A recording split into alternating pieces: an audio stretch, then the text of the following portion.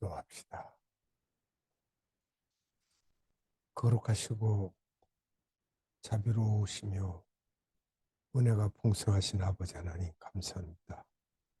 오늘 복된 날 허락하셔서 이제 또 오후 예배로 이렇게 하나님의 생명의 말씀 앞으로 우리를 인도하시고 말씀을 주심을 감사드립니다. 말씀을 선포할 때 성령님 함께 하셔서 그 말씀을 선포하는 자의 입술을 주장하시고 주님의 능력의 장중에 붙잡아 주셔서 많은 심령들에게 살아계신 생명의 말씀이 전파되게 하시며 잘 공급되어서 생명 양식을 삼을 수 있도록 은혜 베풀어 주시옵소서.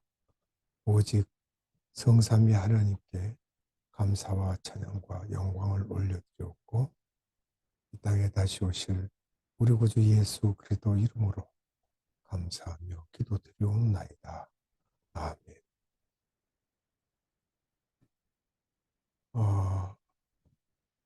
오후 시간에는 로마서 13장 중심을 내용을 살펴서 여러분들에게 말씀을 드리도록 하겠습니다. 13장의 큰 제목으로 하자면 국가와 사회생활의 윤리라고 말할 수 있겠습니다. 그런데 이제 작은 제목들로 들어가서 살펴보도록 하겠습니다. 12장부터 기술된 그리스도인의 실천적인 생활을 이제 13장에 이르러 성도가 지녀야 할 바람직한 국가관 및 사회생활에 구체적으로 적용되는 핵심적인 윤리에 그 초점을 두고 있습니다. 13장에서 바울은 먼저 구원받은 성도가 신앙 양심에 위배되지 않는 한 국가와 사회의 질서를 존중해야 한다고 말하고 있습니다. 예, 13장 1절에서 7절에 이르는 내용이고요. 그 다음 바울은 성도들이 율법의 완성인 사랑을 몸소 실천함으로써 하나님이 보시기에 아름다운 인간관계를 맺어야 한다고 권고하고 있습니다. 이 내용은 13장 8절에서 10절에 이릅니다. 끝으로 바울은 모든 불신앙적인 일을 멀리하고 오직 그리스도의 빛된 생활을 하라고 말하므로 예수 그리스도의 재림을 맞이하는 성도의 참된 자세를 강조하며 본장을 맺고 있습니다. 이게 13장 11절로 14절에 이런 말씀입니다. 그럼 바울 사도가 로마 교회 성도들에게 특별히 국가관에 관해 언급하게 된 동기와 배경을 말씀드리겠습니다. 바울이 이제 성도의 구체적인 사회생활 가운데서 특별히 국가관에 대해 부득이 말하지 않을 수 없었던 동기와 배경은 다음과 같습니다. 첫째로 당시 로마 기독교회 내에 상당수를 차지하고 있던 유대인들은 그들의 조국 이스라엘이 로마의 속국이라는 굴레로부터 벗어나 정치적인 독립을 얻기를 갈망하고 있었습니다. 요한복음 6장 14절로 15절을 봅니다. 요한복음 6장 14절로 15절의 말씀을 봅니다. 그 사람들이 예수께서 행하신 이 표적을 보고 말하되 이는 참으로 세상에 오실 그 선지자라 하더라. 그러므로 예수께서 그들이 와서 자기를 억지로 붙들어 임금으로 삼으려는 줄 아시고 다시 혼자 산으로 떠나가시니라. 아멘. 이스라엘 백성들이 예수님을 왕으로 삼으려고 했다는 내용이죠. 또 그러면 사도행전 5장 36절로 37절입니다. 이전에 드다가 일어나 스스로 선전하며 사람이 약 400명이나 따르더니 그가 죽임을 당하며 따르던 모든 사람들이 흩어져 없어졌고 그 후 도적할 때에 갈릴리의 유다가 일어나 백성을 꿰어 따르게 하다가 그도 망한즉 따르던 모든 사람들이 흩어졌느니라. 아멘. 둘째로는 당시 로마 교회의 유대인 출신 기독교도들을 포함한 여러 기독교회 내에는 그리스도께서 가르치신 자유의 개념을 잘못 이해한 사람들이 많았습니다. 즉 그들은 예수 그리스도께서 진리가 너희를 자유케 하리라고 말씀하셨을 때 죄의 몽해로부터 자유가 아니라 정치적, 육적인 의미에서의 자유를 염두에 두고 있었기 때문에 잘못 알고 있었던 거죠. 요한복음 8장 31절로 34절 봅니다. 그러므로 예수께서 자기를 믿는 유대인들에게 이르시되 너희가 내 말에 거하면 참으로 내 제자가 되고 진리를 알지니 진리가 너희를 자유롭게 하리라. 그들이 대답하되 우리가 아브라함의 자손이라 남의 종이 된 적이 없거늘 어찌하여 우리가 자유롭게 되리라 하느냐. 예수께서 대답하시되 진실로 진실로 너희에게 이르노니 죄를 범하는 자마다 죄의 종이라. 아멘. 죄에서 자유를 이제 얻는다는 것을 설명하고 계시는데 그들이 오해했죠. 세 번째는 그 당시 로마 정부는 기독교가 반로마주의 입장을 고수하는 유대교와 접촉하였으며 따라서 유대주의의 혁명적이며 반역적인 기질이 기독교인들에게도 있다고 확신하고 있었어요.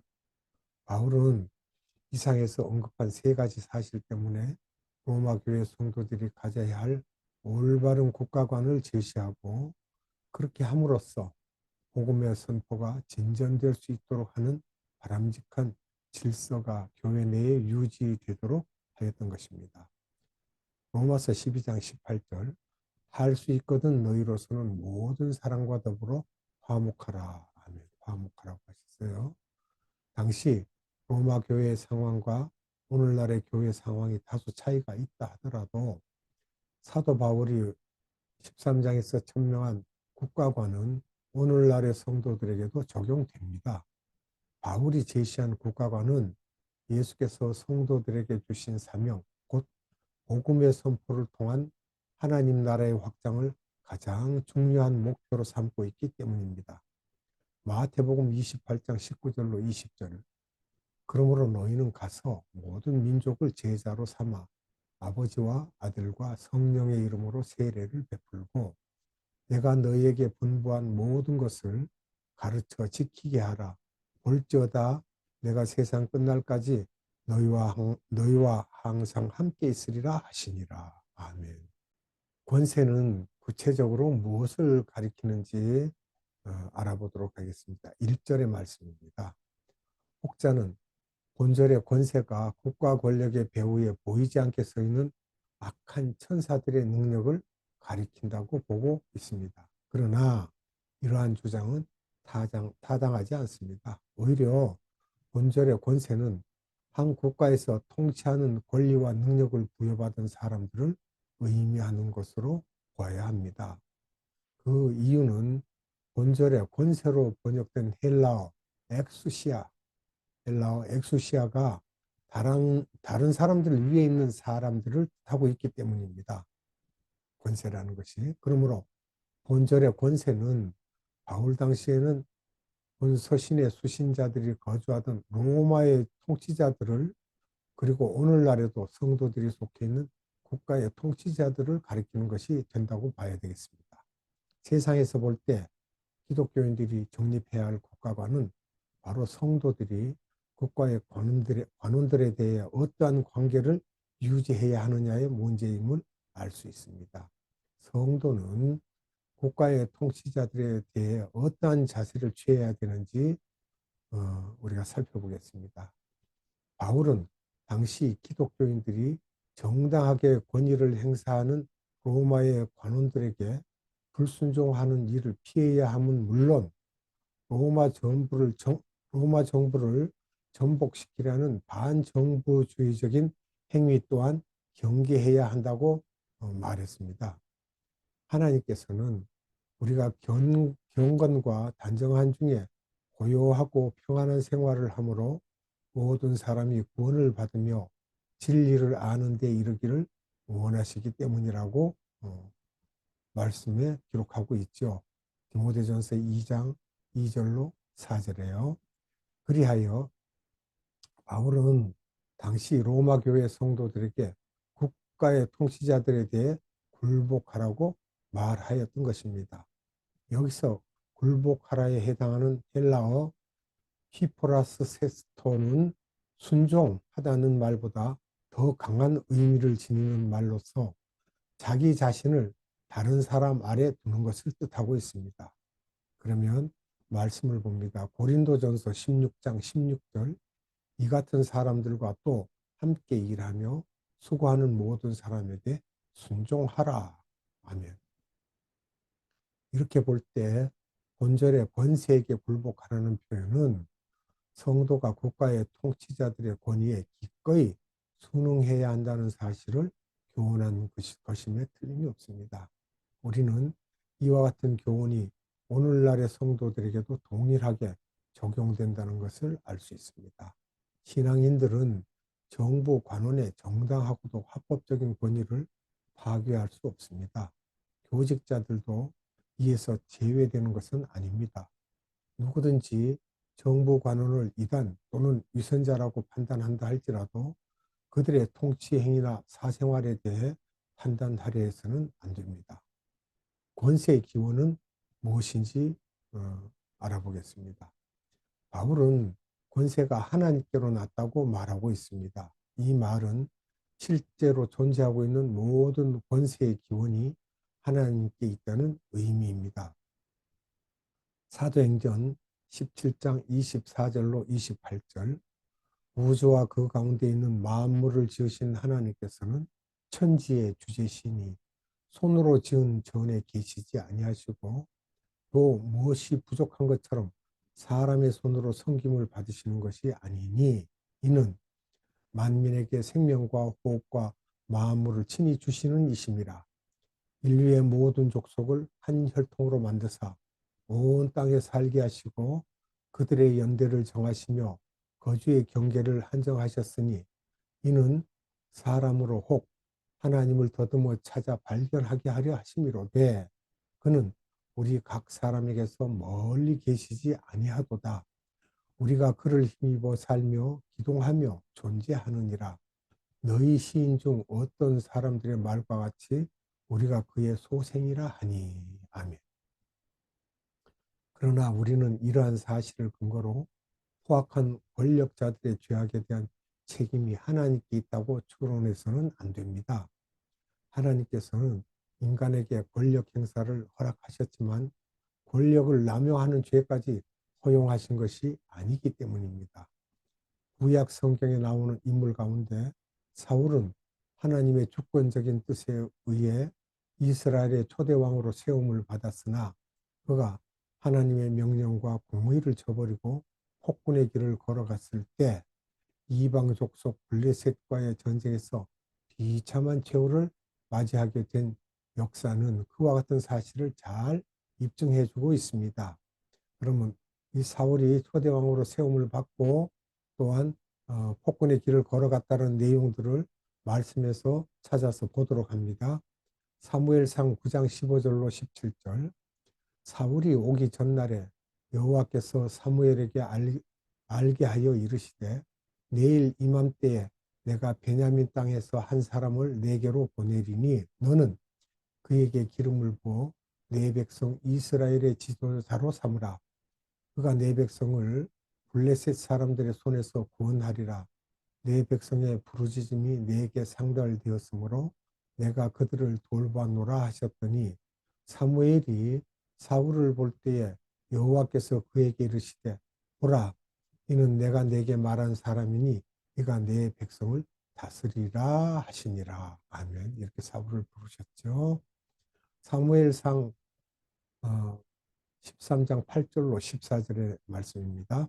사울은 사무엘이 정한 기한대로 이레 동안을 기다렸으나 사무엘이 길갈로 오지 아니하매 백성이 사울에게서 흩어지는지라 사울이 이르되 번제와 화목 제물을 이리로 가져오라 하여 번제를 드렸더니 번제 드리기를 마치자 사무엘이 온지라 사울이 나가 맞으며 문안하며 사무엘이 이르되 왕이 행하신 것이 무엇이냐 하니 사울이 이르되 백성은 내게서 흩어지고 당신은 정한 날 안에 오지 아니하고 블레셋 사람은 믹마스에 모였음을 내가 보았으므로 이에 내가 이르기를 블레셋 사람들이 나를 치러 길갈로 내려오겠거늘 내가 여호와께 은혜를 간구하지 못하였다 하고 부득이하여 번제를 드렸나이다 하니 번제를 드렸나이다 하니라. 사무엘이 사울에게 이르되 왕이 망령되이 행하였도다. 왕의 하나님 여호와께서 왕에게 내리신 명령을 지키지 아니하였도다. 그리하였더라면 여호와께서 이스라엘 위에 왕의 나라를 영원히 세우셨을 것이거늘 지금은 왕의 나라가 길지 못할 것이라. 여호와께서 왕에게 명령하신 바를 왕이 지키지 아니하였으므로 여호와께서 그의 마음에 맞는 사람을 구하여 여호와께서 그를 그의 백성의 지도자로 삼으셨느니라 하고. 아멘. 사울이 엉뚱한 짓을 했습니다. 제단에 나가 번제를 드렸다 그러면 왕이었기에 그랬죠. 그렇지 않았으면 죽었을 겁니다. 그래도 그렇게 하나님의 말씀을 거역하고 자기 마음대로 행했죠. 사무엘상 15장 1절로 9절입니다. 사무엘이 사울에게 이르되 여호와께서 나를 보내어 왕에게 기름을 부어 그의 백성 이스라엘 위에 왕으로 삼으셨은즉 이제 왕은 여호와의 말씀을 들으소서. 만군의 여호와께서 이같이 말씀하시기를 아말렉이 이스라엘에게 행한 일 곧 애굽에서 나올 때에 길에서 대적한 일로 내가 그들을 벌하노니 지금 가서 아말렉을 쳐서 그들의 모든 소유를 남기지 말고 진멸하되 남녀와 소아와 젖먹는 아이와 우양과 낙타와 나귀를 죽이라 하셨나이다 하니 사울이 백성을 소집하고 그들을 들라임에서 세어보니 보병이 20만 명이요 유다 사람이 10,000명이라. 사울이 아말렉 성에 이르러 골짜기에 복병시키니라. 사울이 개인 사람에게 이르되 아말렉 사람 중에서 떠나가라. 그들과 함께 너희를 멸하게 될까 하노라. 이스라엘 모든 자손이 애굽에서 올라올 때에 너희가 그들을 선대하였느니라. 이에 개인 사람이 아말렉 사람 중에서 떠나니라. 사울이 하윌라에서부터 애굽 앞 술에 이르기까지 아말렉 사람을 치고 아말렉 사람의 왕 아각을 사로잡고 칼날로 그의 모든 백성을 진멸하였을 때 사울과 백성이 아각과 그의 양과 소의 가장 좋은 것 또는 기름진 것과 어린 양과 모든 좋은 것을 남기고 진멸하기를 즐겨 아니하고 가치없고 하찮은 것은 진멸하니라. 아멘. 자, 명령대로 안 했습니다. 사울이 또 진멸하라고 했는데 하나님의 말씀을 거역합니다. 사무엘상 22장 17절로 19절 왕이 좌우의 호위병에게 이르되 돌아가서 여호와의 제사장들을 죽이라. 그들도 다윗과 합력하였고 또 그들이 다윗이 도망한 것을 알고도 내게 알리지 아니하였음이니라. 하나 왕의 신하들이 손을 들어 여호와의 제사장들 죽이기를 싫어한지라. 왕이 도액에게 이르되 너는 돌아가서 제사장들을 죽이라 하매 에돔 사람 도액이 돌아가서 제사장들을 쳐서 그날에 세마포 에봇 입은 자 85명을 죽였고 제사장들의 성의 노배 남녀와 아이들과 젖먹는 자들과 소와 나귀와 양을 칼로 쳤더라. 아멘. 오히려 적진에 가서 죽이라는 건 진멸하지 않고 좋은 건 자기가 차지하고 이 제사장을 죽였어요. 이 사람이 이러고도 왕으로 참 살았다는 것이 이해가 잘 가지 않죠. 그러나 하나님께서 그냥 두지는 않으시죠. 사무엘상 31장 1절로 6절 말씀. 블레셋 사람들이 이스라엘을 침해 이스라엘 사람들이 블레셋 사람들 앞에서 도망하여 길보아 산에서 엎드러져 죽으니라. 블레셋 사람들이 사울과 그의 아들들을 추격하여 사울의 아들 요나단과 아미나답과 말기수아를 죽이니라. 사울이 패전함에 활 쏘는 자가 따라잡으니 사울이 그 활 쏘는 자에게 중상을 입은지라. 그가 무기를 든 자에게 이르되 네 칼을 빼어 그것으로 나를 찌르라. 할례 받지 않는 자들이 와서 나를 찌르고 모욕할까 두려워하노라 하나 무기를 든 자가 심히 두려워하여 감히 행하지 아니하는지라. 이에 사울이 자기의 칼을 뽑아서 그 위에 엎드러짐에 무기를 든 자가 사울이 죽음을 보고 자기도 자기 칼 위에 엎드러져 그와 함께 죽으니라. 사울과 그의 세 아들과 무기를 든 자와 그의 모든 사람이 다 그날에 함께 죽었더라. 아멘.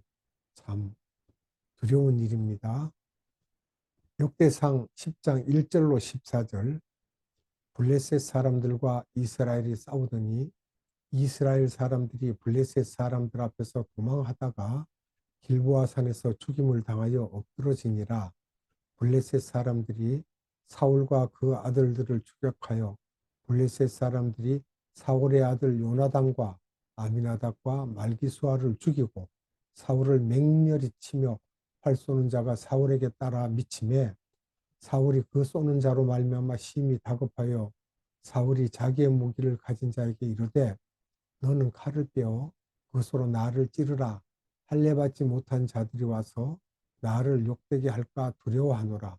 그러나 그의 무기를 가진 자가 심히 두려워하여 행하기를 원하지 아니하매 사울이 자기 칼을 뽑아서 그 위에 엎드러지니 무기 가진 자가 사울이 죽는 것을 보고 자기도 칼에 엎드러져 죽으니라. 이와 같이 사울과 그의 세 아들과 그 온 집안이 함께 죽으니라. 골짜기에 있는 모든 이스라엘 사람이 그들의 도망한 것과 사울과 그의 아들들이 다 죽는 것을 보고 그 성읍들을 버리고 도망하며 블레셋 사람들이 와서 거기에 거주하니라. 이튿날에 블레셋 사람들이 와서 죽임을 당한 자의 옷을 벗기다가 사울과 그의 아들들이 길보아 산에 엎드러졌음을 보고 사울의 옷을 벗기고 그의 머리와 갑옷을 가져다가 사람을 블레셋 땅 사방에 보내 이방 신전과 그 백성에게 소식을 전하고 사울의 갑옷을 그들의 신전에 두고 그의 머리를 다곤의 신전에 단지라.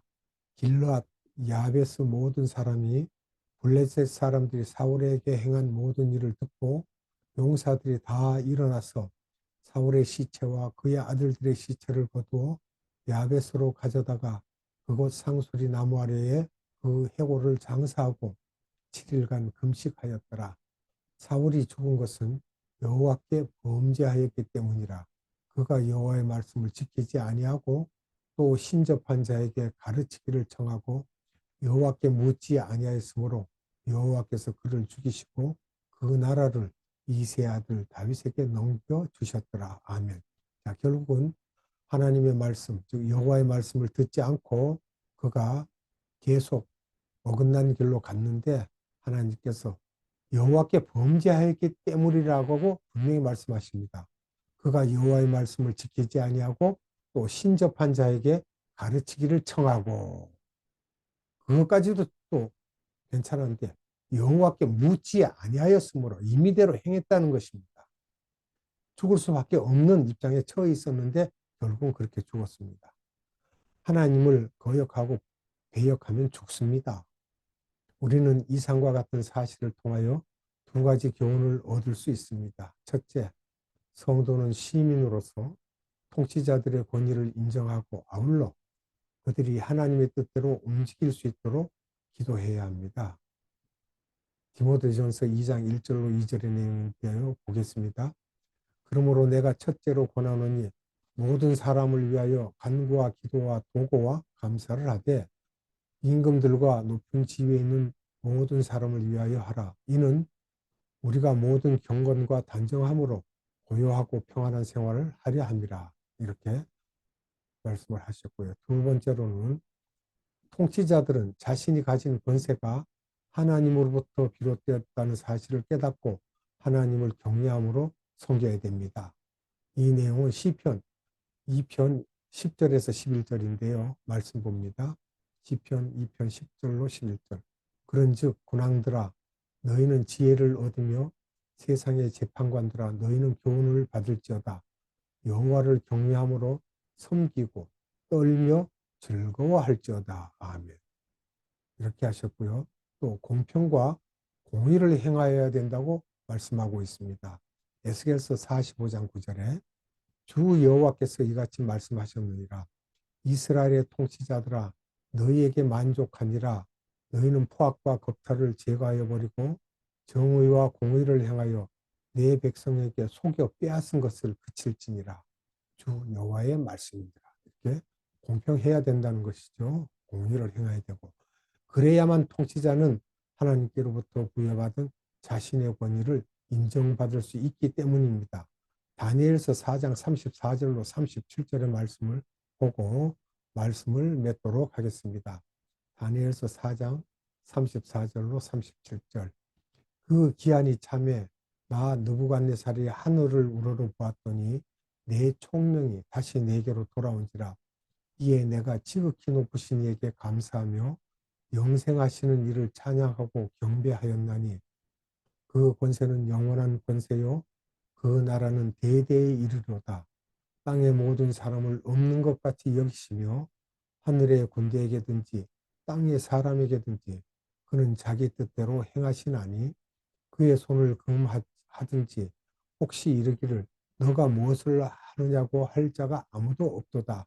그때에 내 총명이 내게로 돌아왔고 또 내 나라의 영광에 대하여도 내 위엄과 광명이 내게로 돌아왔고 또 나의 모사들과 관원들이 내게 찾아오니 내가 내 나라에서 다시 세움을 받고 또 지극한 위세가 내게 더하였느니라.